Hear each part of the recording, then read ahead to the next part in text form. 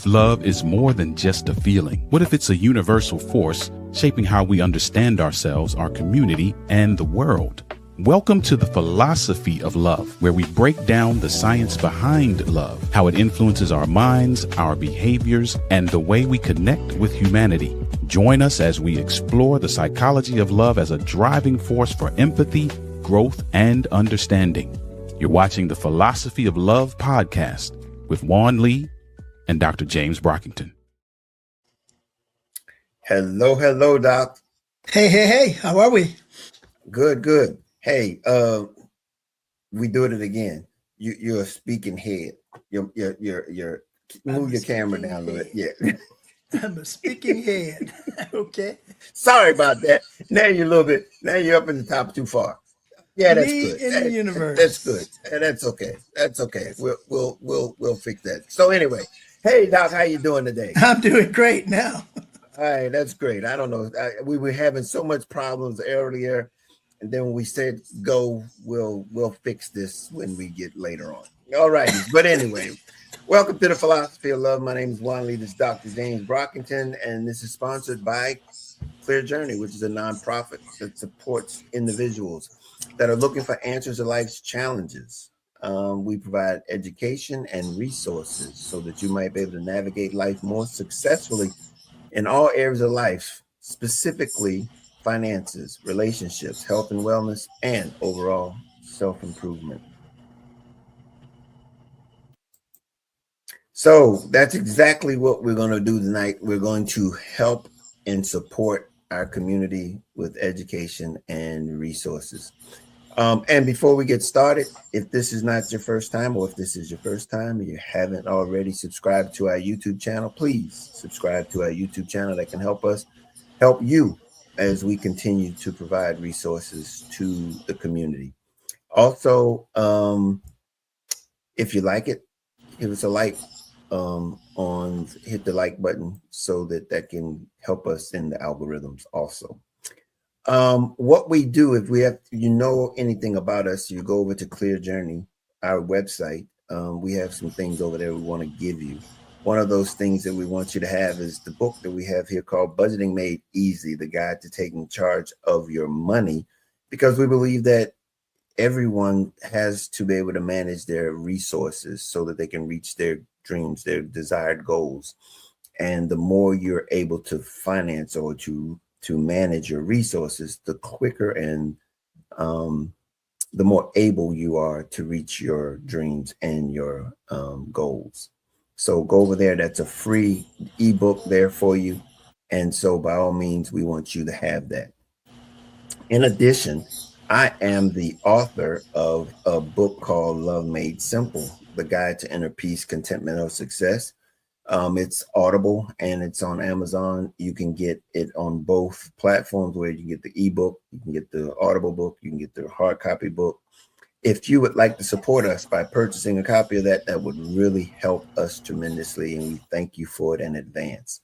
In addition, if you would just like to want to support us by a donation, by all means, we are a 501c3 that you can get as a donation as it relates to your taxable donation.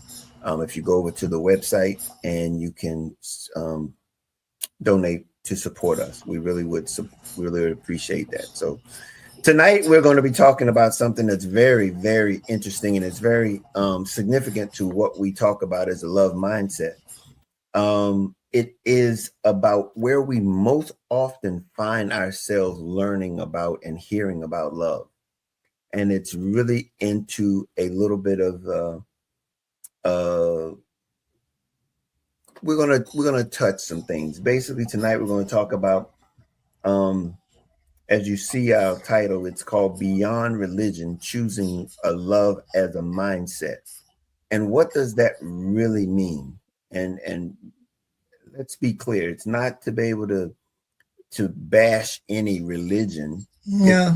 It's about taking religion and then going deeper to the intent behind it.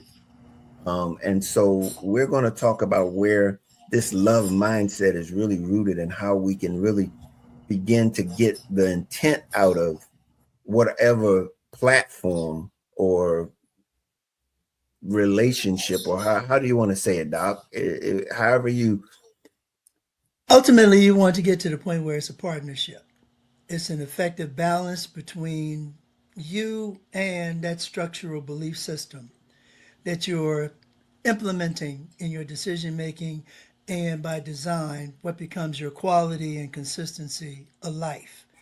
Ultimately, what a mindset should represent the quality and the consistency of your defined life. And why am I saying the word define? Because define means specificity. When you know what something is, you're not confused by what it's not unless you choose to be. And therein lies the argument. Well, and in this case, I think many of us, for whatever reason, um, have been or are continually confused about that very thing that you talked about, whether or not it is intended for the purpose of bettering our lives. I don't know if in many cases we understand it. And that's why, again, Clear Journey and the Love Mindset really talks about the practical application of love. And we don't hear that when we hear love. We hear it as a feeling, as an emotion, but we don't get it to the point of understanding the transformational power that love has in our lives to be able to modify our behavior so as to begin to enjoy the very benefits of this thing called life to its best, to its most highest capacity. And so that's what we're going to talk about tonight is how do we get from where we are to where we want to be. And that is to be able to reach our full potential in this thing called life. And this thing called life. Exactly. Yeah. Right. So we're going to dig deep. We're going to ask simple questions, but we're going to really get, we want you to really engage. And if you have questions, please put them, let us know in the comments what your questions are, if you have questions. But also to understand that, we're going to touch some things that if you've ever had questions, put those in the comments and we'll get back to them and we'll reach out to you. But so here's the first thing, Doc. What does it look like to choose love as a way of thinking and not just a belief system? Now, here's the thing. Love, by its design and its internalization, bringing it into yourself, is an emotion. Let me say that again. Love is an emotion. Love has one purpose, as all emotions do, and that is to put you in a context of what is occurring now as opposed to what was occurring a moment ago. As such, it can now focus your awareness and activate your curiosity in the process of internalizing meaning and purpose to this event. That is what an emotion does. It says, pay attention because what you are experiencing now was not occurring a moment ago. It captures your attention. Spelling it out, love is a living, organic, and vibrant emotion. Living is constantly moving with you in the spectrum of whatever directivity your life is taking. It's organic. It's not structured to exist as a singularity. It's organic. It's growing. It is in the composition of your intellectual, spiritual, physical, and moral growth process that is your thinking, critical thinking, and reasoning. So as you think and reason, love engages in that process organically and is vibrant because it's energizing you. And let's get right back to the central point: emotional awareness. Emotional awareness is directly linked to situational awareness. And how can you define whom you are, how and why you're organizing your thoughts, operationalizing that thinking, and by virtue of that, being mindful of its meaning and purpose? How can you successfully process the world around you without that degree of clarity and consistency? Is what this entire discussion is about. Notice I didn't use the word argument, Hmm. because all too often we slip into that aspect of arguing about what love is, as opposed to acknowledging with specificity what love is. Hmm. And And, yeah, and I that think just leads to difficulty. yeah, I mean, but again, that's why clarity is Yep. what this is all about. It's about, it's not about, and I like to say this, something that I've learned a long time ago.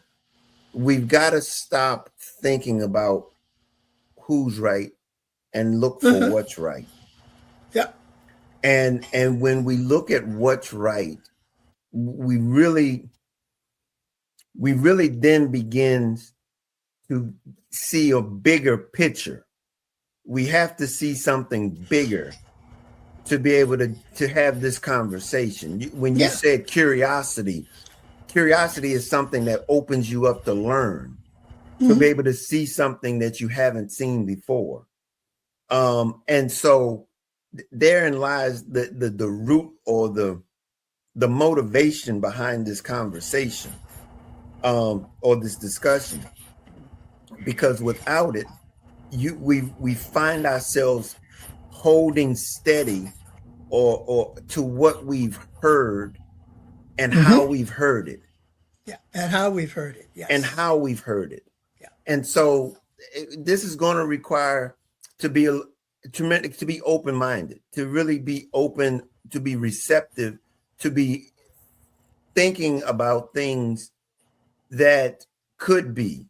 And I've had an interesting week this week myself, and in that same regard, as to how to make that thing clearer, to make Okay. it clarifying. um you know to be able to identify the universality of what love is and how it impacts all of us, how it's meant to do what you've just said, because it's that organic, living, organic, vibrant, emotion. Um, why is that significant? It's because we all bring something to it differently. Exactly. We all bring something to it differently, but at the same time, it's meant for the very same purpose. It has the same purpose, and it's in purpose and in that universality that we all can understand how we are all in this thing together. We don't have a their way, that way, her way. It's only one way. It's one way in the sense of what's its purpose. Exactly. How you get there is really, it's that uniqueness that you possess, that allows you, the way you get there, the way you get there. Yeah. But it's not that you going in trying to get somewhere different than anybody else.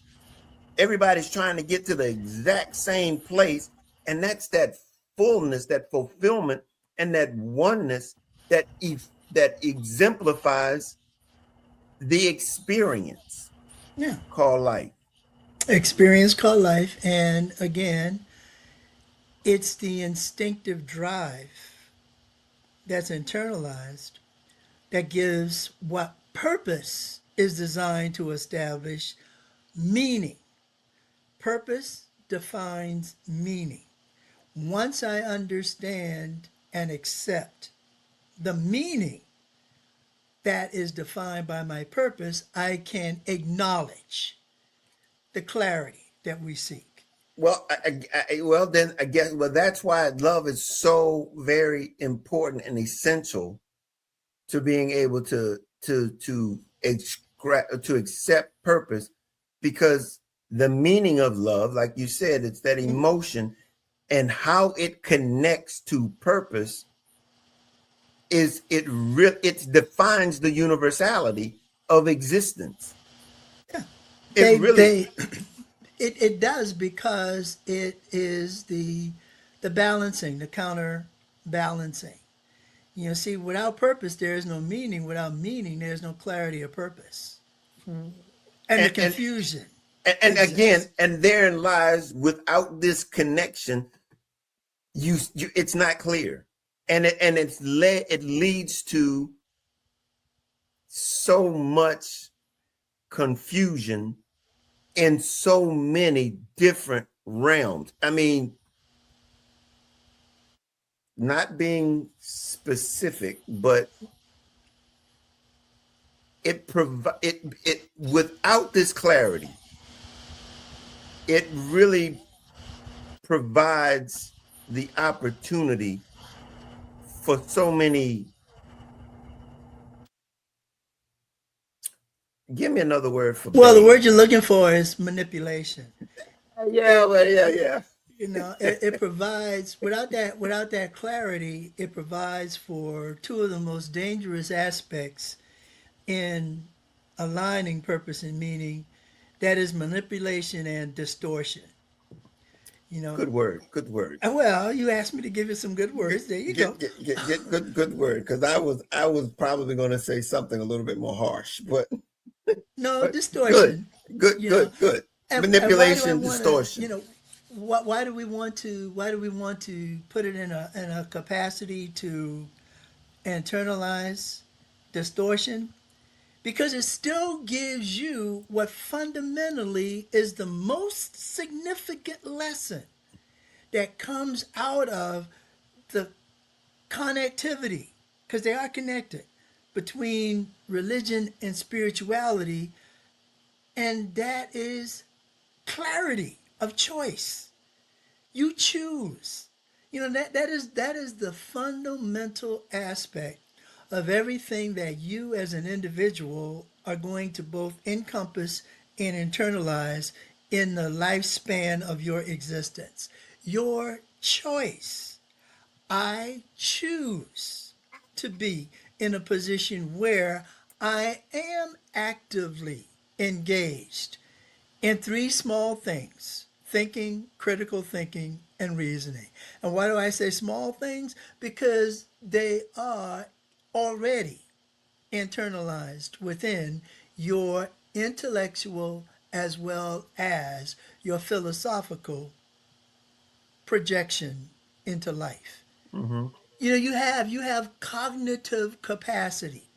You know, Jean Piaget, famous intellectual psychologist, educational psychologist, spoke to your cognitive capacity for intellectual development taking place in those formative stages of conception to roughly the age of 11. So between the ages of your conception to 11, you already have the curiosity to engage, the capacity to align yourself to what engagement means. This is what thinking is.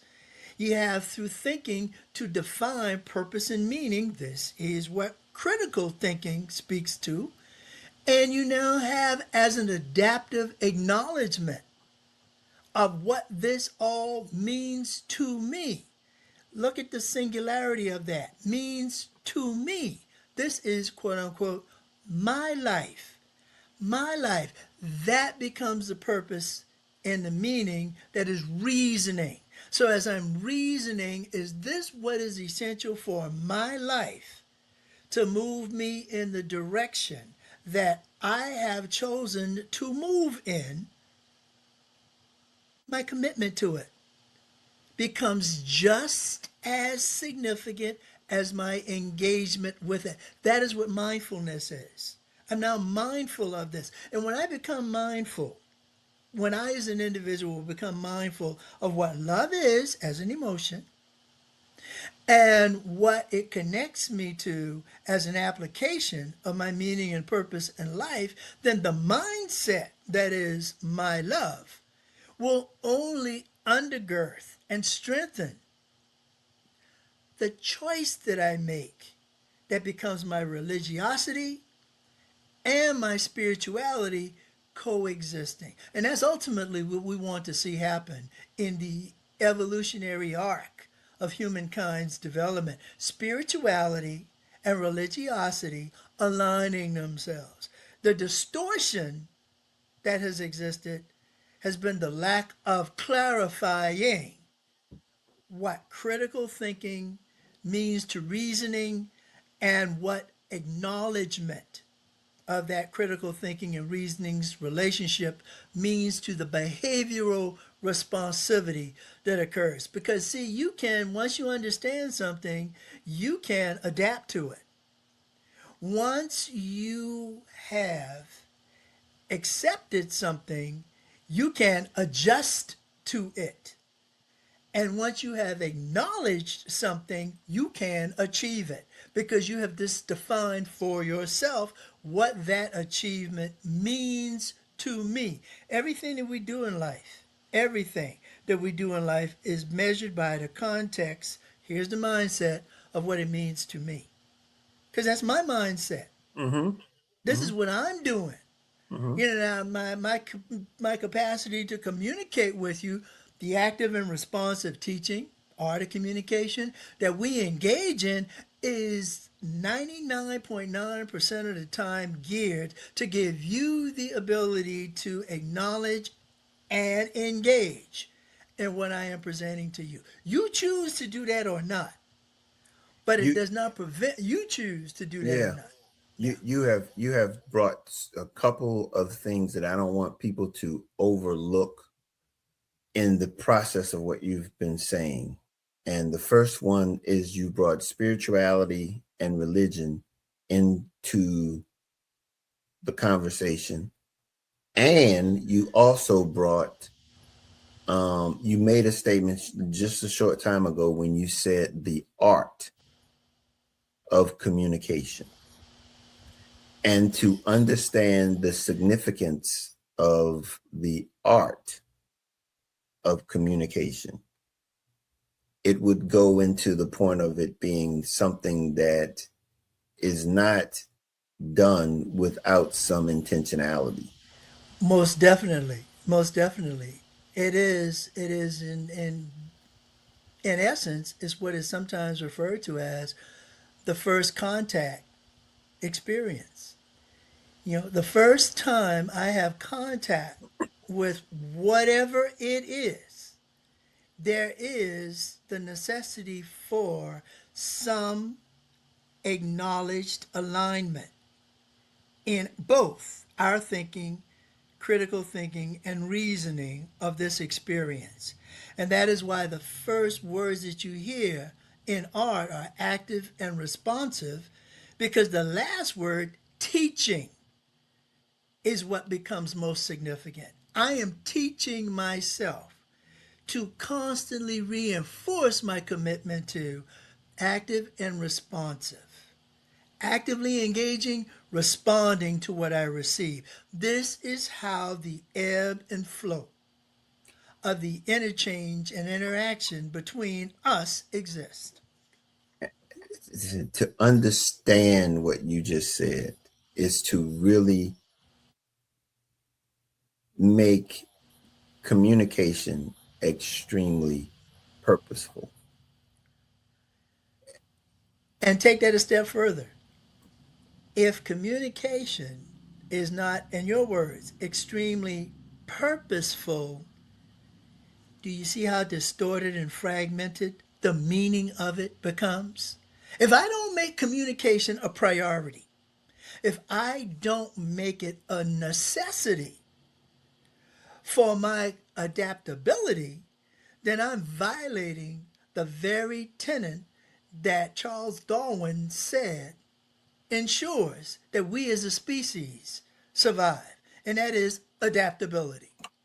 We adapt and we adjust. You don't, and you know how I categorize purpose for what love is, Absolutely. and it is to do exactly what you just said Darwin was about, our being able to sustain our species.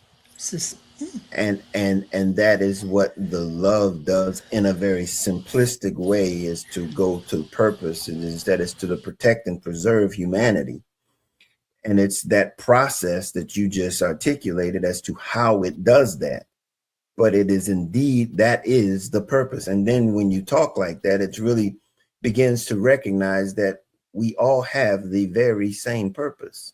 Exactly. It is the exact same purpose, but with intentionality, it takes on such a very, man, it's a fulfilling process when you know what it is beyond a shadow of a doubt, what it is that you're here to accomplish. I mean, there's left with no doubt there. There's no doubt. And when they're and this is the courageousness of what purpose and meaning give to you, because it is courageous to do this, to put yourself in a position where you become vulnerable to the inputs and the outputs that life will bring to you. Purposefulness and meaningfulness are woven into what is most commonly referred to as the mind and body congruity, Mhm. which is what our fourth instinct is all about: interactive mindfulness. Basically, I think, therefore I am.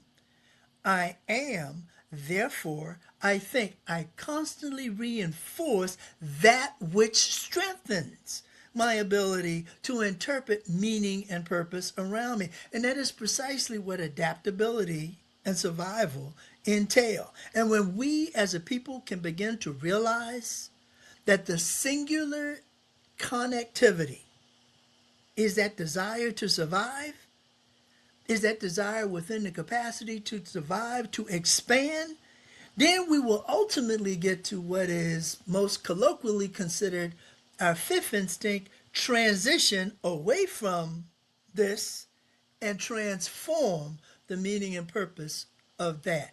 You can see how petty arguments, disagreements, can be transitioned away from when we Mhm. have a commonality of purpose and meaning. Mhm. You can see that by having the trust and confidence in our capacity to do that, the interactive mindfulness with love as a mindset that says we are already involved in something that is living, organic, and vibrant.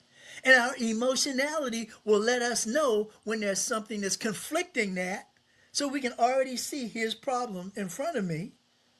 We now have, because of trust and confidence in our intellectualized capacity, the problem solve reason to meaning. The things that I hear you saying right now is very much so solidifying the connection between science and creation. Precisely. Precisely. And You know, you know, we have fought wars behind us. You know, but I'm saying you've just articulated. I mean, when you were saying that, I was thinking, man, the same purpose that creation has, the creator has for the species, is the ability to sustain it and to protect it and to preserve it. And what precisely. science has proven is that our most vibrant and most fundamental fundamental what was it? The fund. It was what was the thing you said? Darwin says it Yeah, is survival of the species, to adaptability. survive. Yeah, To survive. adaptability. To It survive. is that is the core nature of science. Is basically saying we have to survive. We will do whatever it takes to survive. There is this continuity and this connection here to creation and science, and it's the same thing. It is the exact same thing. It is. And how do we get there to the same point? Is it that you said something very interesting? You said it's very humbling. It's very vulnerable. You have to be vulnerable to be able to see this, to be able to demonstrate it. You and from whatever perspective you come from, the outcome again is the same. The end goal is the same. It's The to end goal is the protect same.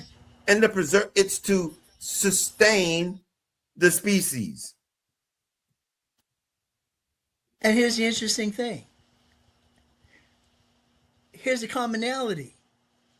They both are designed to illustrate something greater than us, the single us, yourself. You know, self, the systemic emotional link you have to your feelings. They are showing you something greater than that. They both address a meaning purpose that is an answer to existence. A meaning and purpose that is an answer to existence. They both, by virtue of that, can coexist. One is not greater than or lesser than, they coexist. They exist for the purpose of the difference between the universe and the existence of Earth, Earth, the Earth. We can The universe, narrow the scope, right? the universe is greater than the Earth. And so we're bringing the universe and the Earth coherent. We're trying to connect the two to the point where you can see the connection between the two. And the moment you see that connection between the two, remember the significance of clarity. The Mm-hmm. moment you see that connection between the two, you have clarified your capacity to continually do that because you just discovered how to internalize man's search for a meaning and a purpose. Viktor Frankl, a Nazi Holocaust survivor, clinical psychologist, wrote a book called Man's Search for Meaning to come to some sense of what was this thing called Nazism? What was this?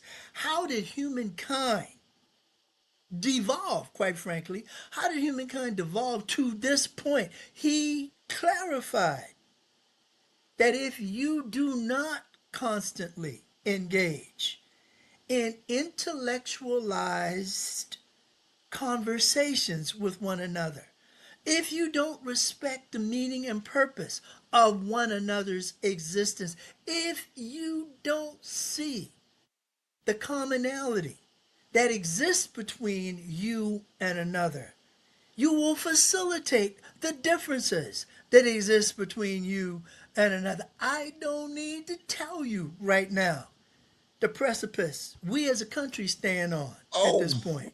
it's true. The first thing that comes to mind was, oh, here we go doing it again. And you, We are doing it here's the again. arc. Here's the arc of history. It will repeat itself. Here's the thing that's so very interesting when you say that. I don't necessarily see it as a repeat. It's just a continuation. Or continue, and that's why what we are talking about right now becomes so essential. Because if you don't see it as repetitive, then you are constantly being driven to the point that you must accept and acknowledge where do you break the cycle. And that's the point And of that's being the able point. to break the cycle and to Break the recognize. cycle. But before you can break it, you got to recognize it. And You herein lies you got to why love recognize is a it. mindset. Here's why Yeah. love is a mindset. And I don't know what you said Franco was Yeah, Viktor Frankl. Viktor Frankl. and when you were saying everything that you were talking about, everything that you said as it relates to how we get to where we are, when you talk about the Holocaust and stuff like that and how we get here, the results of all of that stems from something very simple, and it's called selfishness. Called selfishness. Exactly. It will facilitate if you don't communicate, if you break this, if you don't connect, it inevitably will create selfishness because you will build walls. And by building those walls, you facilitate precisely what Darwin spoke to as the necessity for adaptability. You do something that is designed to threaten you. And as it threatens you, you acknowledge and adapt to what is required of you to move past it. And is that the protecting part where you build the wall? And that's the protecting part to wall it off. But every wall that you build is designed to create the disconnect. It's designed to create the struggle. Yeah. Ah, boy, oh boy. We how do we not see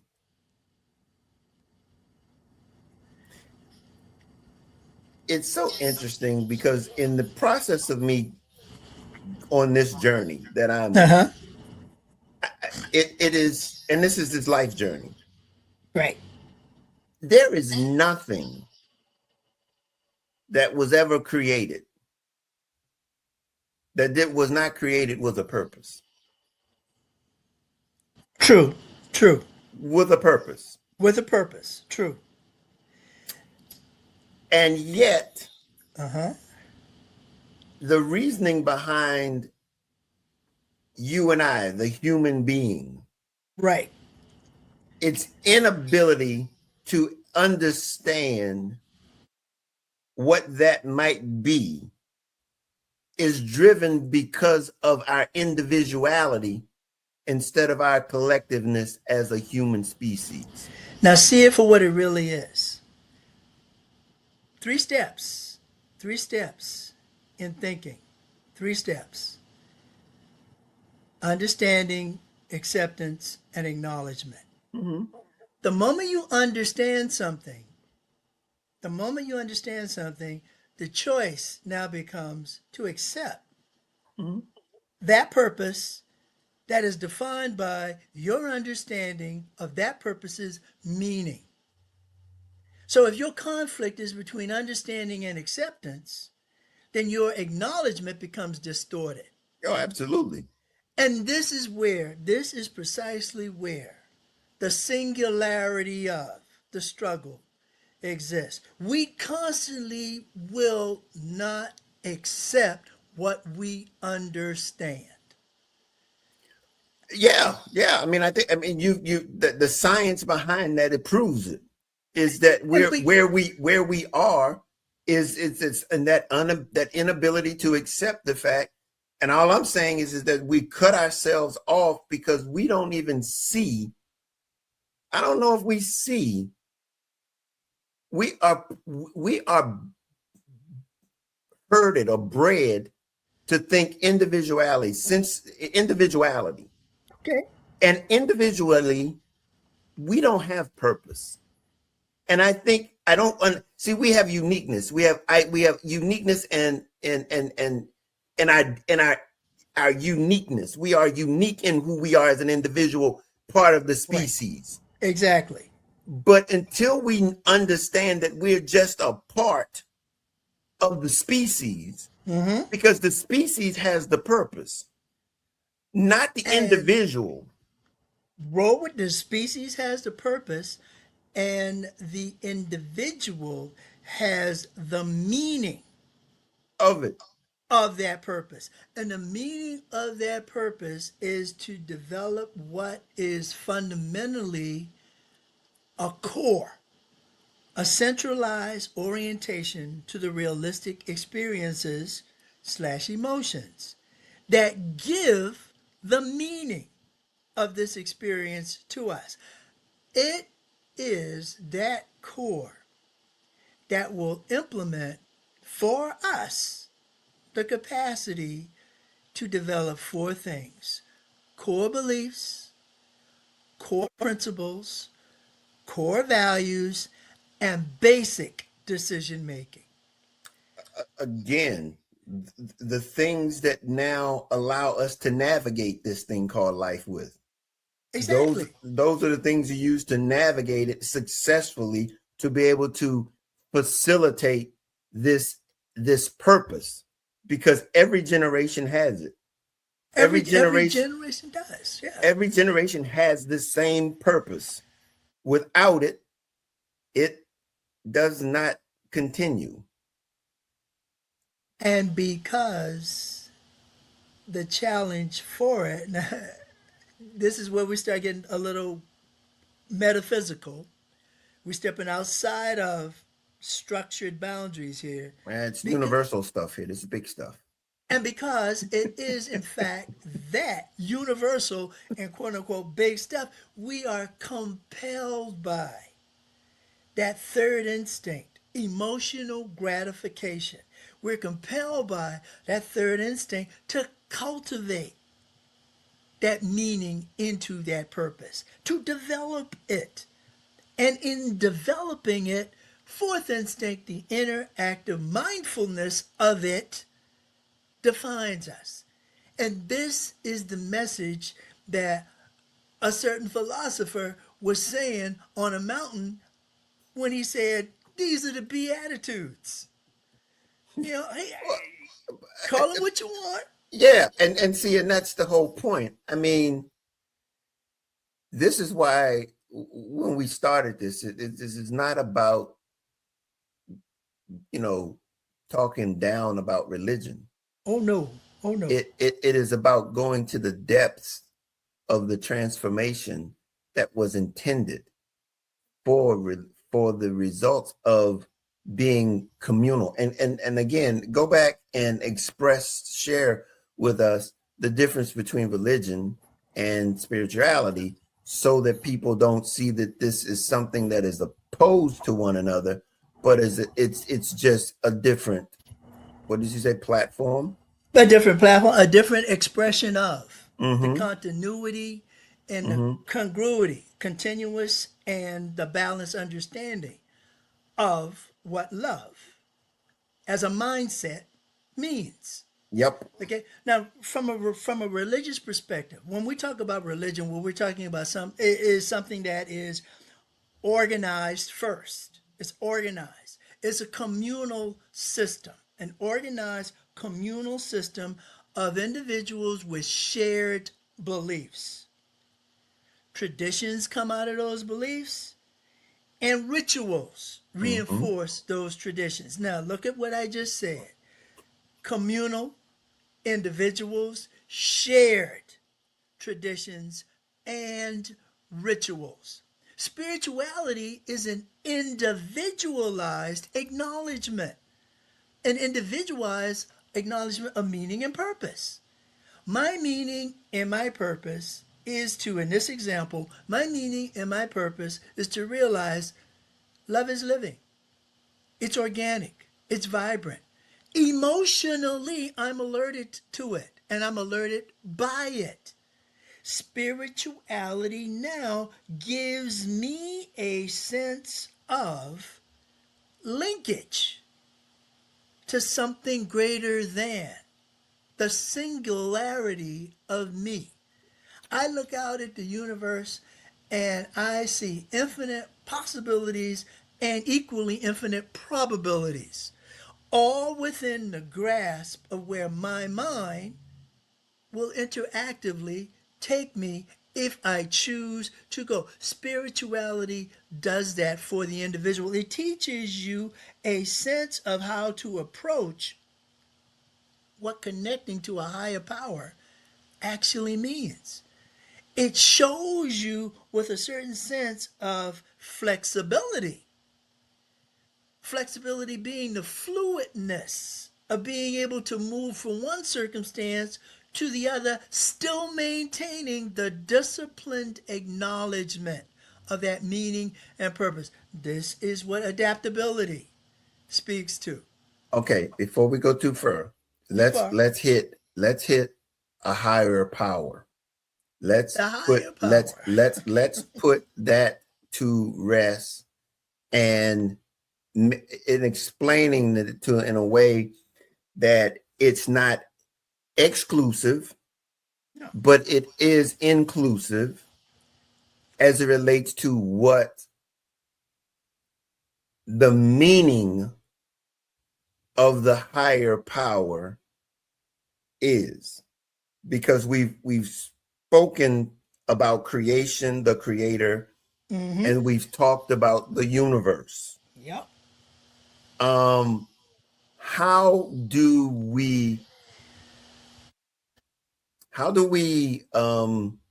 address the higher power in a fashion in which it does not eliminate or exclude or prevent anyone from being able to successfully conceptualize with clarity its meaning and purpose? Okay, the geek in me, the doctor in me, is going to give you two texts, two books that for me were the foundation building block in answering the question that you're asking. The first book was one that First is of all, entitled. it was a good question, wasn't it? Oh, absolutely. Absolutely. We don't ask weak questions around here. We have standards.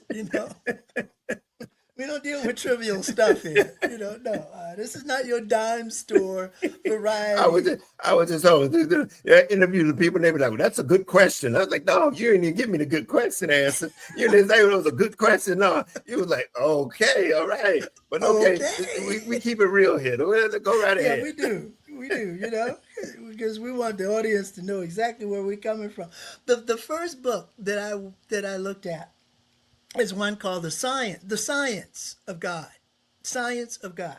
It was written by a guy by the name of Gerald Schroeder. Science of God.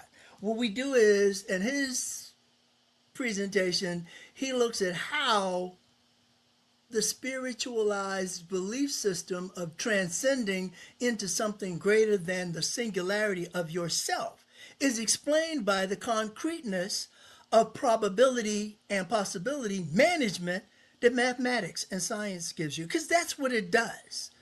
It gives you probability, Mm-hmm. possibility. If I do this, then maybe that will happen, and it facilitates your curiosity. And it's your curiosity to see the expansivity of your intellect and your acknowledgement of growth and development that is that connection to the all quote unquote mighty, the creator. Another one that was of equal import to me was one by Deepak Chopra. Deepak Chopra wrote How to Know God. Throw the card right on the table. How to know God. It talks about the soul's journey. Now look how we internalize it. The soul's journey, the essence of whom you are, the mindfulness of what your meaning and purpose is.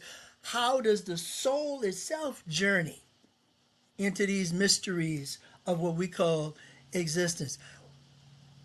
We so often, and this is where the distortion that we talked about briefly earlier, this is where the distortion gets in play. We try to materialize in limitation a specific view of authority.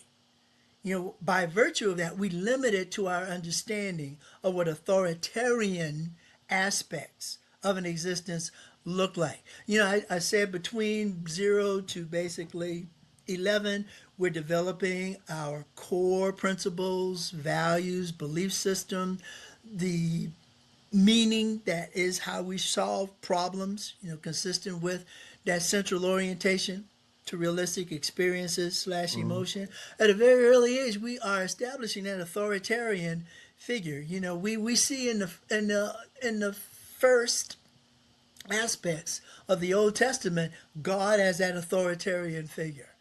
You know, we always have this depiction of, and it's him seated on a throne. Okay, here's the problem that fascinated me as a younger individual growing up. In that focus, well, if you say that God is all powerful, the moment you define who he is the moment you've just limited him to that definition. Now, how does that jive with infinite possibilities and probabilities?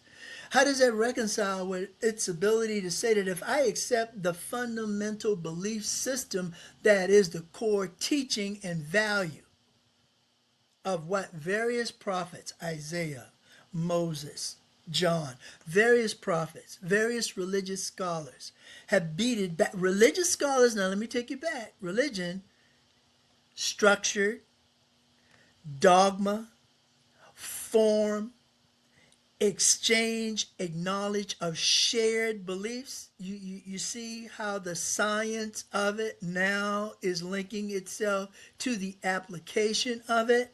You know, because if I can scientifically prove it, then I can demonstrate its existence. Until an apple fell from the tree, nobody had a word for gravity until Isaac Newton got hit on the head with it. Now he's proved the principle of it. And many ways we continue to get caught up in trying to prove the principality and probability of what it means for this existence to be what it is, instead of accepting the fact that, yeah, there can be this, and I told you we were going to step into metaphysical. Now we get into what is sometimes referred to as the supernatural aspect of it, this entity that is beyond all. But this entity that is beyond all does something very important for us as a people. It gives us a point to focus on. You know, Peter Pan tells you second star to the right and dead on till morning. It gives you something to aspire to. It gives you something to, quote unquote, as my parents used to say to me, be better than. It's essential for us as being a species who requires growth, development from something outside of ourselves. We can't do it by ourselves. And as a result, you've got to be able to accept that without any hesitation, or you'll be confined to that again, which you have put yourself in a box to not be able to expand yourself to your potential. And this is why you sometimes get that conflict between spiritual view and religiosity. You know, spirituality is that movement that the individual uses for his or her growth outside of an organized, institutionalized, and in some cases dogmatic structure. Now, principles and values, rituals, structure, form can strengthen your commitment to it because it teaches you the behavioral aspect of adapt, adjust, and achieve. Supposedly. Supposedly, supposedly, we'll put that big supposedly there, but it still has to link itself in, and here again is my word, interconnecting itself to the understanding, the acceptance, and the acknowledgement. You know, I understand that there is something greater than the singularity of me. The point Kunta Kinte's father is proven to him when he holds him up there to look at the universe and says, behold, the only thing greater than you. This is what you aspire to. This is that greatness you aspire to. This is your acceptance that I can achieve that greatness. How? By living up to the ideals, by living up to what the dogmatic perspective of principle and value, religion, tells me should be the pathway that I follow to achieve. So There's here, so much speculation that it should be. There's this should be, this, yeah, should yeah. be. See, and again, Yeah.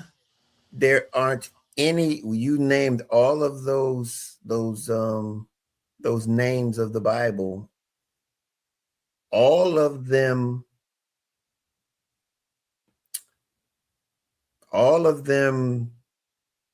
promote their own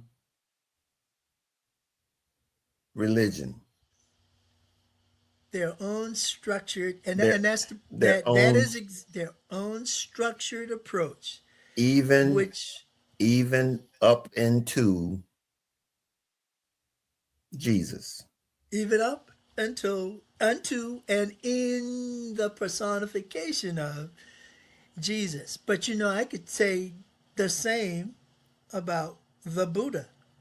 Oh, I'm not. Look, all You I'm know, saying is I that know. I'm not. I mean, my experiences is with Christianity. Okay, Yeah. yours. But again, I don't want to eliminate the fact of the clarity that's necessary to understand that it has everything that you're talking about supports the religion to do what you're talking about Mhm. if it's understood with clarity. If it is understood with clarity, and it also expands you to what was the first aspect of communication? Active, responsive. Active, responsive teaching. What you teach me in religiosity is that I can have a belief system, a doctrine, a pattern, a form, a structure, and I can respect the fact that the Islamic individual, as a Muslim, has a same structure, a same pattern, and a format for his or her belief system that is no different than the atheist who does not believe a higher power has in his or her mathematical acknowledgments of how probability and existence align themselves. The point being, Mm-hmm. respecting one another's viewpoint reinforces the acceptance of one another as someone of import and value. And isn't that what humanity is supposed to be doing? Yeah. And again, and therein lies the again back to that universal use of word of love is that along with it, if you were to use respect as a component of it, is to respect each other's perspective to gain that same understanding of humanity, that same understanding. And the moment you do that, here's the interesting thing. The moment you do that is the moment you can find the common core elements that link both spirituality and religiosity. And those common core elements are always going to be a belief, a sense of comfort and support, Yeah. reflection, personal, internal reflection, ethics, the value, the steadfast truth to purpose to reason that you bring to this. And then finally, and this is the thing that enthuses me the most about it, a sense of awe. Wow. A sense of awe. Wow. How can all of this that I see, my father, Kunta Kinte's father holding him up there and looking at all of these twinkling stars, how can I not be awe-inspired by that tapestry? And that is again, you hit the nail on the head. To be able to be in awe. Just to have experienced what you just expressed is phenomenal Mhm. for being able to be a part and of an existence in an existence of something so magnificent. And to then, I mean, boy, what comes to mind is just Yeah, so how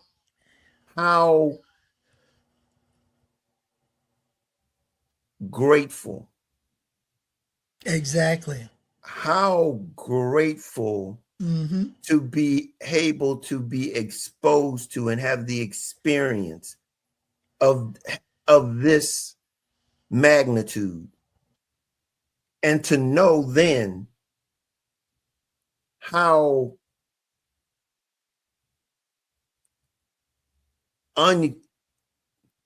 I think back on something that I heard. What's his name? The physicist. What's his name? The black physicist. The one who's living today. Dyson, Um, Dyson, Dyson, Dyson. Dyson, right. I Eric heard him Dyson. talk about the sperm, the amount of sperms that are expound in the potential for you and I to become a part of this experience, Mm-hmm. and the uniqueness of it in that magnitude, and to be exposed to something as magnificent as this in those type of, the percentages Yes, are the percentages, right? astronomical, Mm-hmm. but yet, and then be exposed to something so, as you said, an awe, just so at awe. How do you grasp that when you have that clarity? How do you explain the magnitude of the experience that we've been blessed to be exposed to? If I go the Judeo-Christian belief system route and I talk about the transformation of Christ, then I take you directly to Thomas, the apostle. Thomas, doubting Thomas, come over here. I want you to put your finger in the nail wound. I want you to put your finger or your hand, basically, because it was big enough, into where I was lanced and stabbed with the spear. And I want you to see the nail holes in my feet. And in that instant, snap your finger. Thomas has, and this is the key word you've been looking for, affirmation.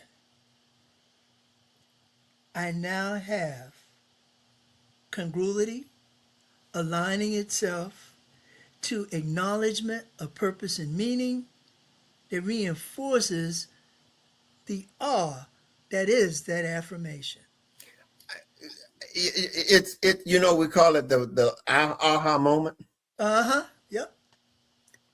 This is the aha moment. It's so amazing how we look at life as a collection of memories or collections of experiences. Yes. Yes. We very rarely understand the significance, the magnitude of those experiences. To be able to see a sunset rise or to see it set, and to really understand the awe of it. You can say it's beautiful, you can say it looks remarkable, but to get to what you've gotten to, what you shared with us today, is to get to the awe of it all. To get to the awe of it all. And clarity brings that awe. Clarity brings that awe.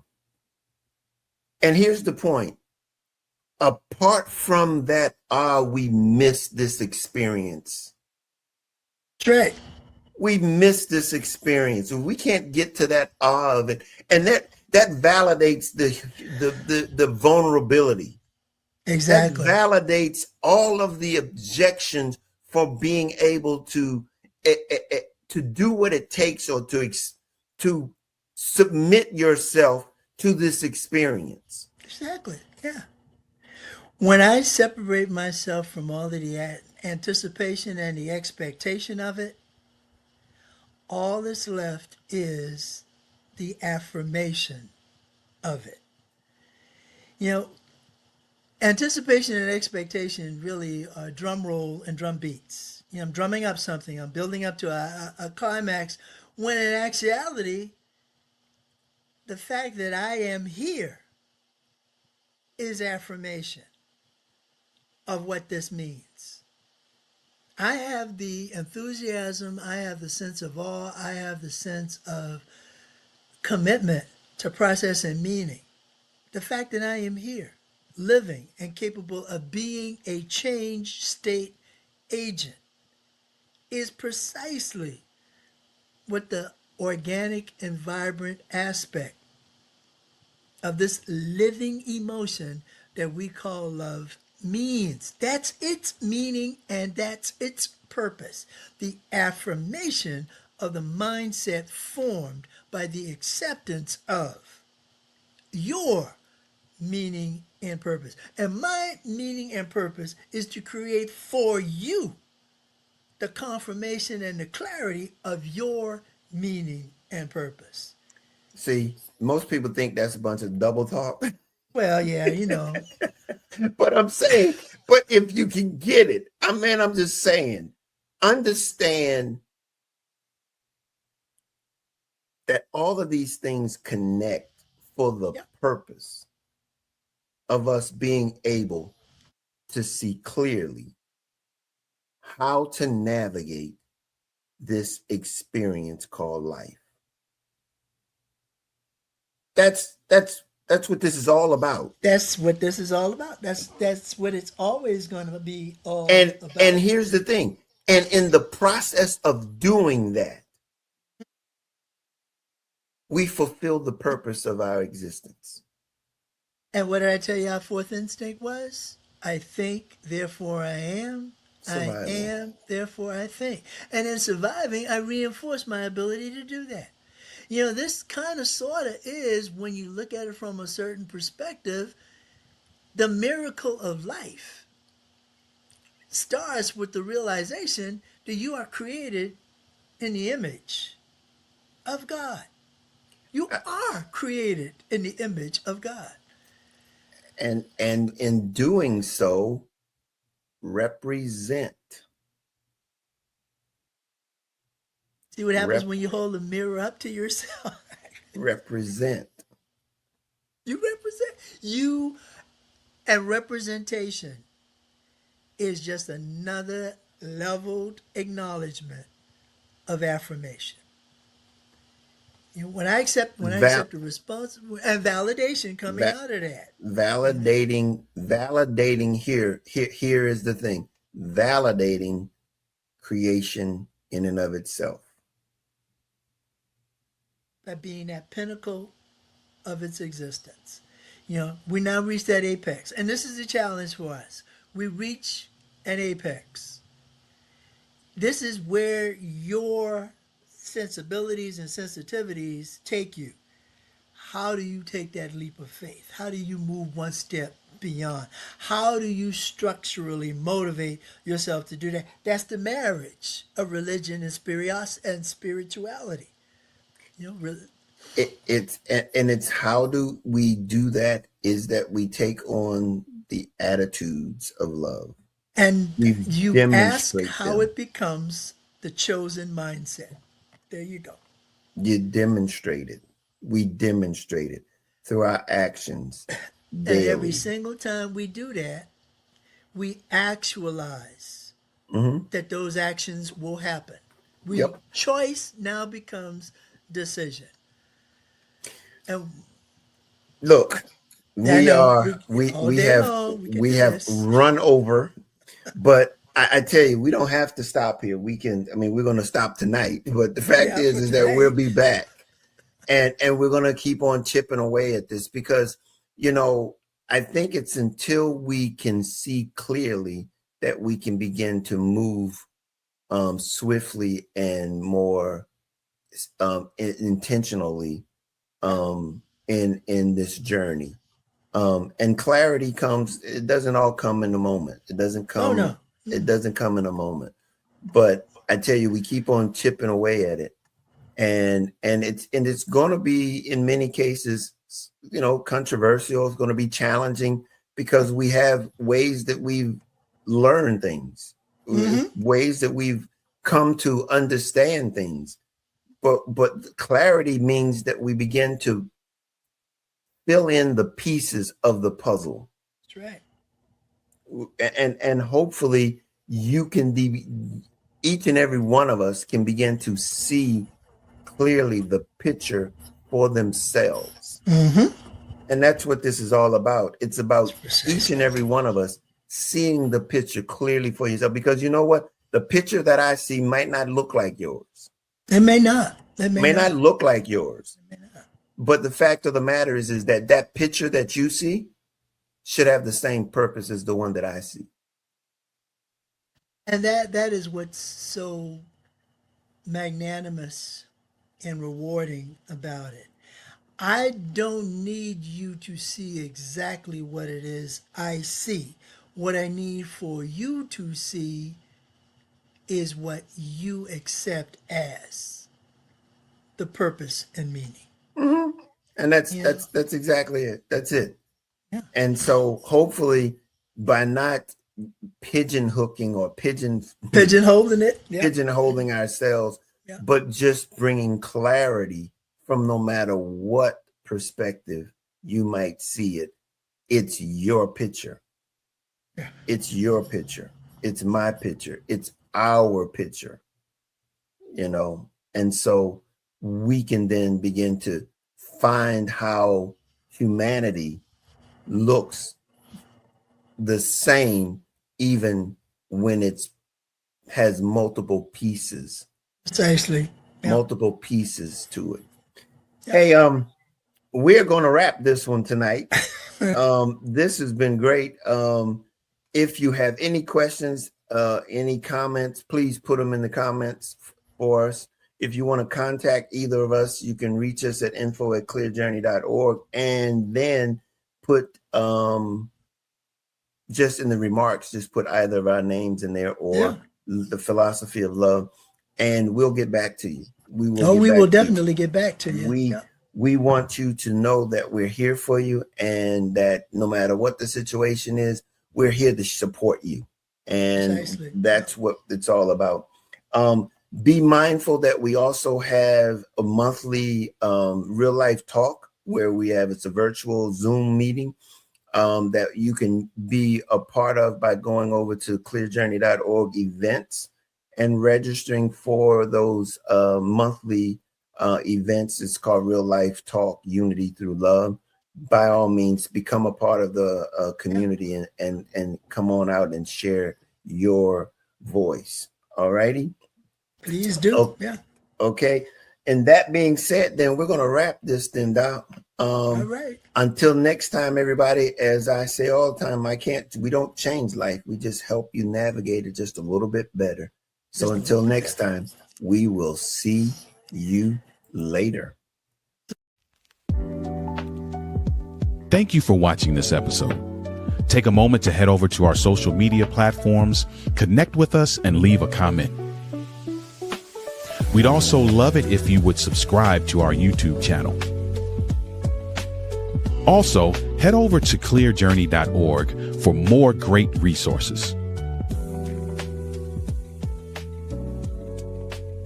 We'll see you next time on the Philosophy of Love podcast.